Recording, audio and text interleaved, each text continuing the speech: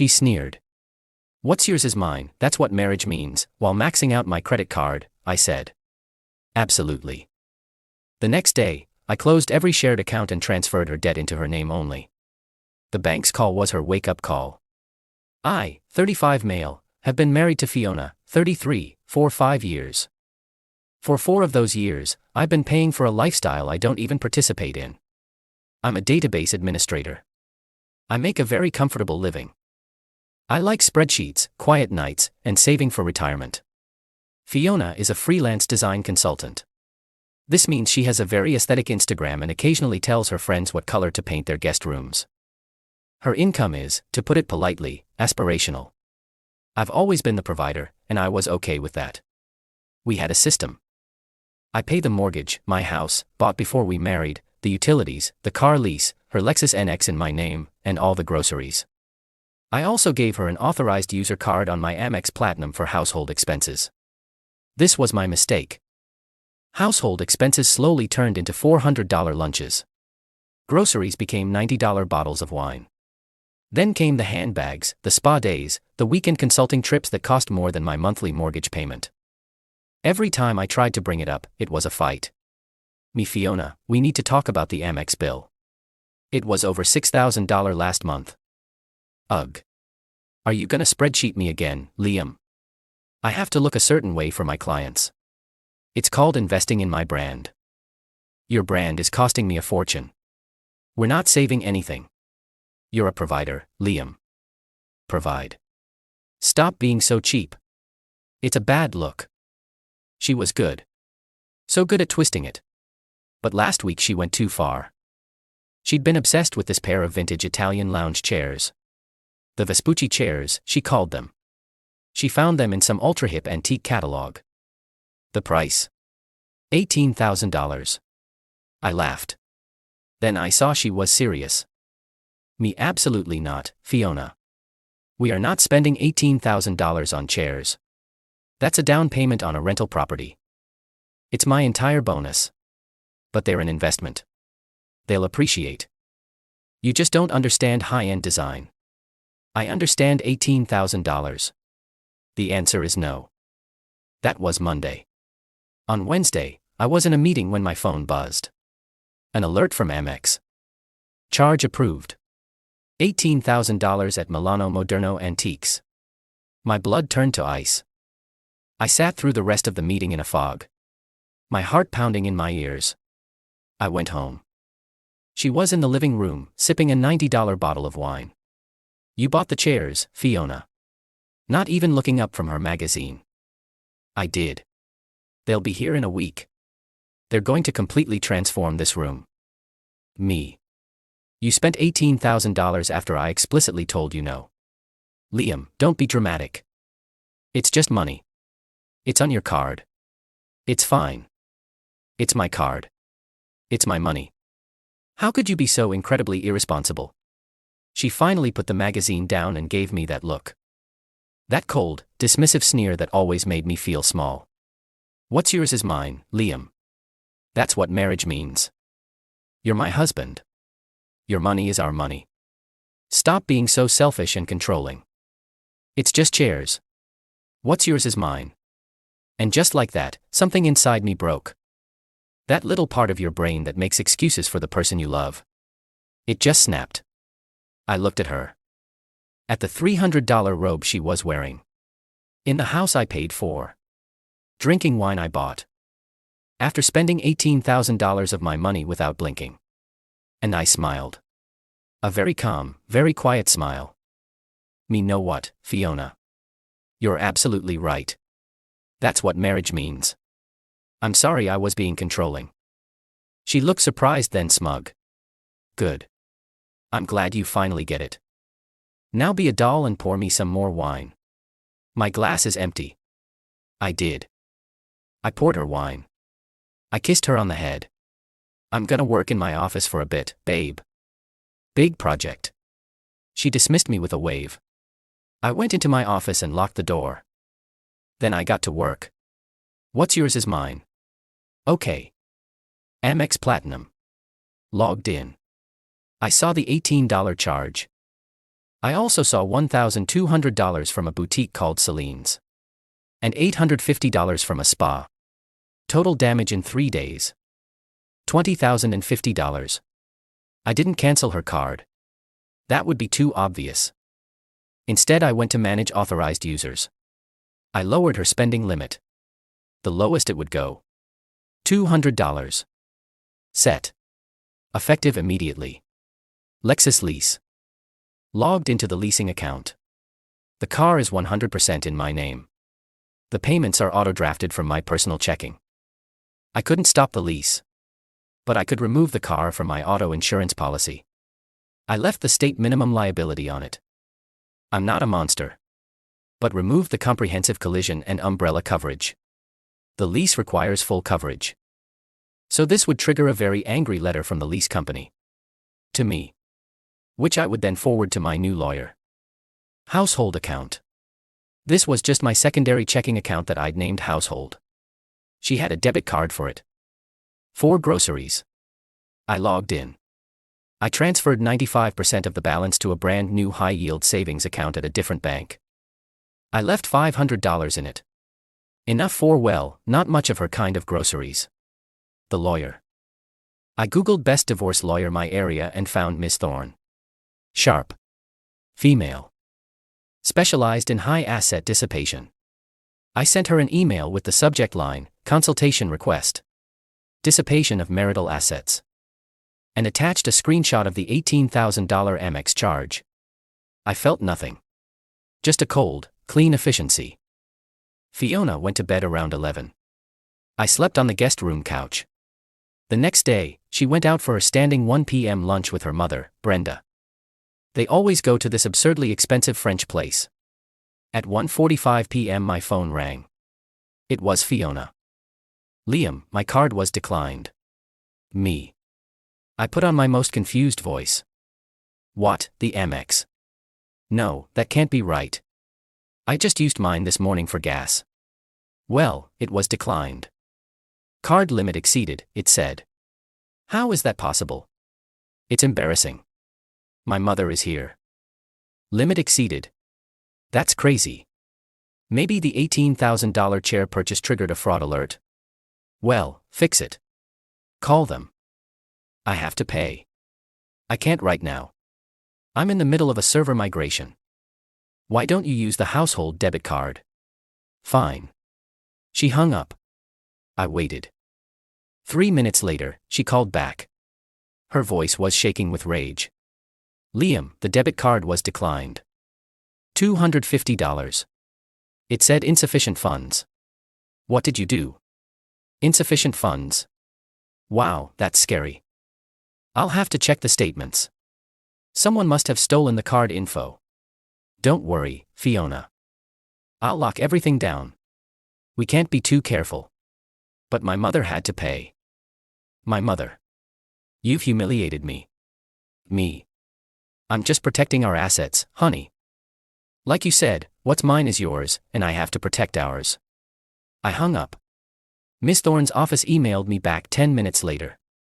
Miss Thorne can see you at 4 p.m. today. Fiona got home while I was on the Zoom call with Miss Thorne in my locked office. I could hear her banging on the door. I'm filing for divorce tomorrow morning. Update 1. It's been 2 weeks. Hell doesn't begin to cover it. But I'm not the one getting burned. I'll start with the lawyer meeting. Miss Thorne was a shark in a cashmere sweater. So because she's an authorized user, that $20 in debt is mine, right? Yes and no. It's on your card. You're liable to Amex. But in a divorce, that $20,050 is a textbook example of dissipation of marital assets. She bought it in a fit of spite after you said no. We're going to argue that debt is hers. And we're going to win. She told me to file immediately. The date of separation is a magic line in the sand. Any debt she incurs after being served is 100% hers. I had Fiona serve the next day. At the house. While her mother, Brenda, was over comforting her about the humiliating lunch. I was in my office, still locked. I heard the doorbell. Then Fiona's confused voice. Then a shriek. My door was hammered on. Fiona. Liam. You bastard. You're divorcing me. I opened the door. She and Brenda were standing there, faces purple. Fiona was holding the papers. Me. I am. Per your philosophy, what's yours is mine. I've decided I want mine back. You can't do this. You'll be ruined. Fiona gets half of everything. This house. Your retirement. Everything. Me. Brenda. This is between my wife and me. Please leave. She's not leaving. You can't just throw me out. This is my house. Actually, it's my house, bought before the marriage. But you're right, I can't throw you out. Not yet. So I'll be staying in the guest room. And you'll be staying, well, wherever you want. But your financial situation has changed. You cut me off. That's financial abuse. A judge will destroy you for this. I haven't cut you off.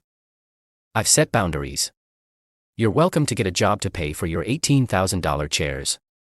The chairs. Oh, this is the best part. The chairs were set to be delivered last Friday. A massive truck pulls up. 2 guys in white gloves. Fiona is practically vibrating with excitement. I met the delivery men on the porch. Hi, guys. What's this for? Delivery for Fiona, my last name. 2 Vespucci lounge chairs. Ah, right. I'm afraid there's been a mistake. We're refusing the delivery. What?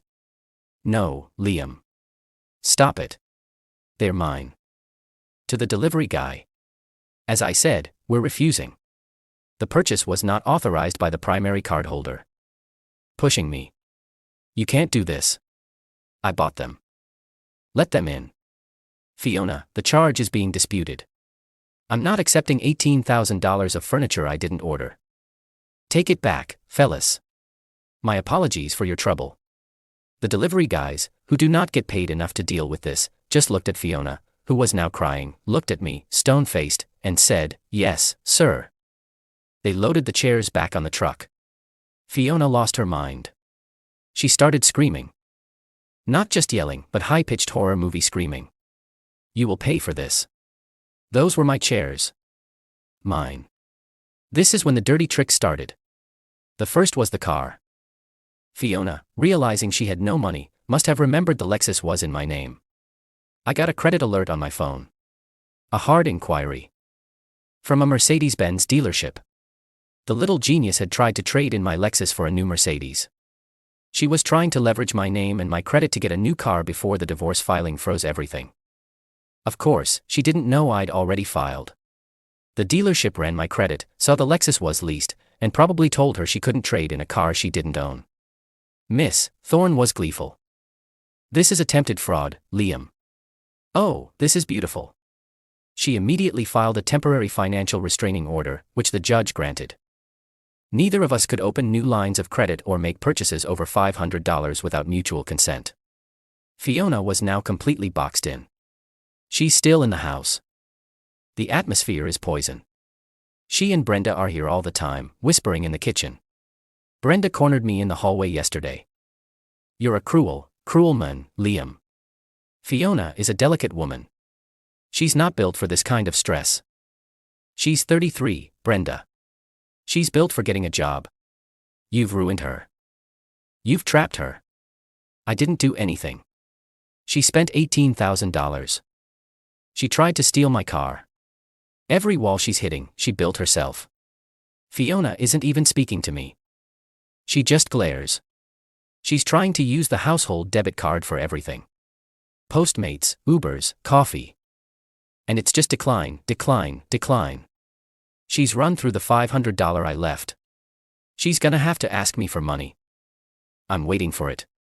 This is so much worse than I thought. And so much more satisfying. Update 2. It's over. It's finally over.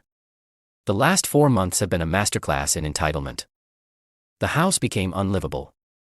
Fiona and Brenda decided that if they couldn't be comfortable, I couldn't be either. They started cooking elaborate, stinking meals. Fish, curry, durian, and just leaving the pots out. They'd play loud, terrible music at 3 a.m. It was petty, childish warfare. I just bought noise-canceling headphones, put a mini fridge and microwave in my locked office, and forwarded every complaint to Ms. Thorne. The final straw was the victim play. I knew it was coming. I got home from work, and 2 police officers were at my door. Fiona was on the porch, crying. Real tears. Fiona, to the cops, he's locked me in. He's trying to starve me. He's taken all my money. He's threatening me. I'm scared for my life. Cop 1. Looking at me, hand on his belt, 100% skeptical of me. Sir. What's going on here? Your wife says you're threatening her. Me. Officers, I understand. I am not threatening my wife. We are in the middle of a very contentious divorce. Cop 2. She says you've locked her out of the house and stolen her money. No, sir. She is standing right here, so she's not locked out. I have locked my personal office and the guest room where I sleep, to de-escalate. She has full access to the master bedroom, kitchen, and 90% of the house. I pulled out my phone. This is my wife. This is a copy of the divorce petition I filed after she charged $20,050 to my personal credit card, including an $18,000 purchase I had forbidden. I showed them the Amex screenshot. This is the temporary financial restraining order I filed after she also tried to fraudulently trade in my leased car for a new Mercedes. She is not out of money. She is upset that she no longer has access to my money for luxury goods.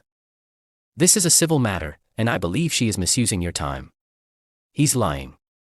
He's the one who's a criminal. He's abusive. Cop 1 looked at his partner.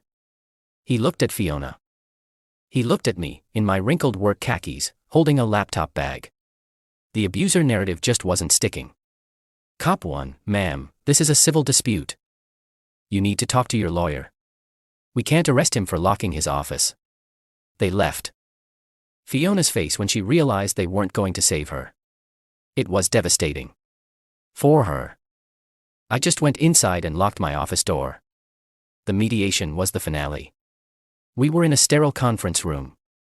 Me, Miss Thorne, Fiona, and her lawyer. A cheap, aggressive guy Brenda was clearly paying for. Fiona's lawyer.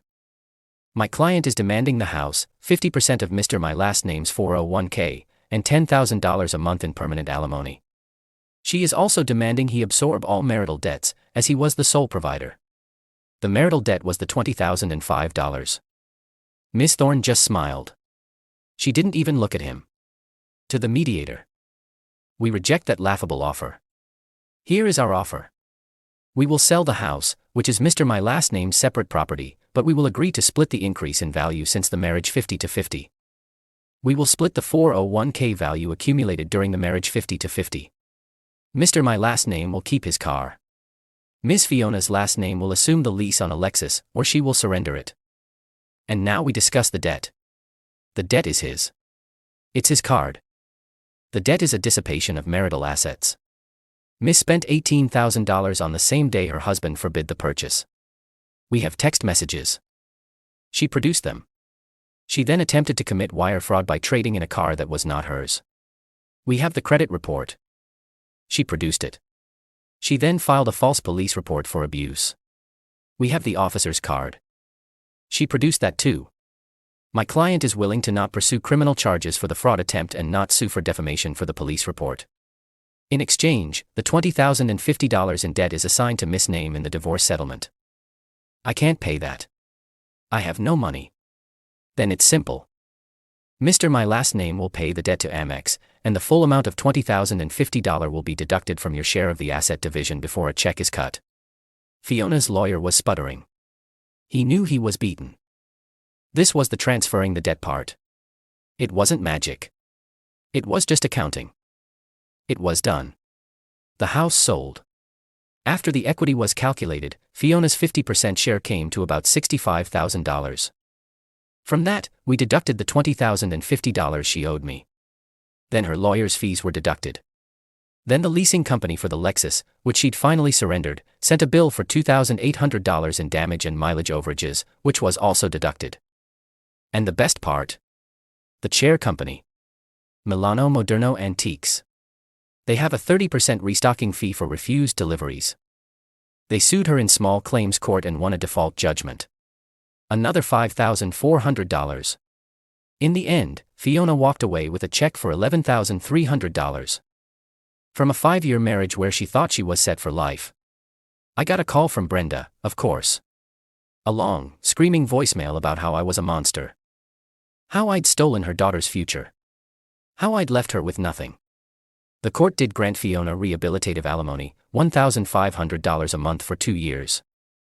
Just enough for her to get a tiny apartment and a real job. Her gravy train was over.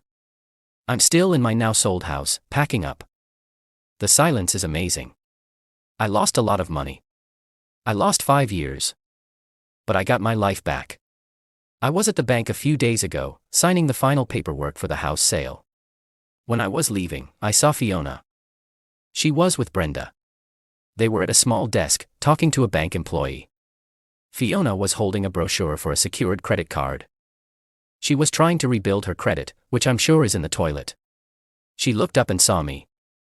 I didn't sneer. I didn't smile. I just looked at her.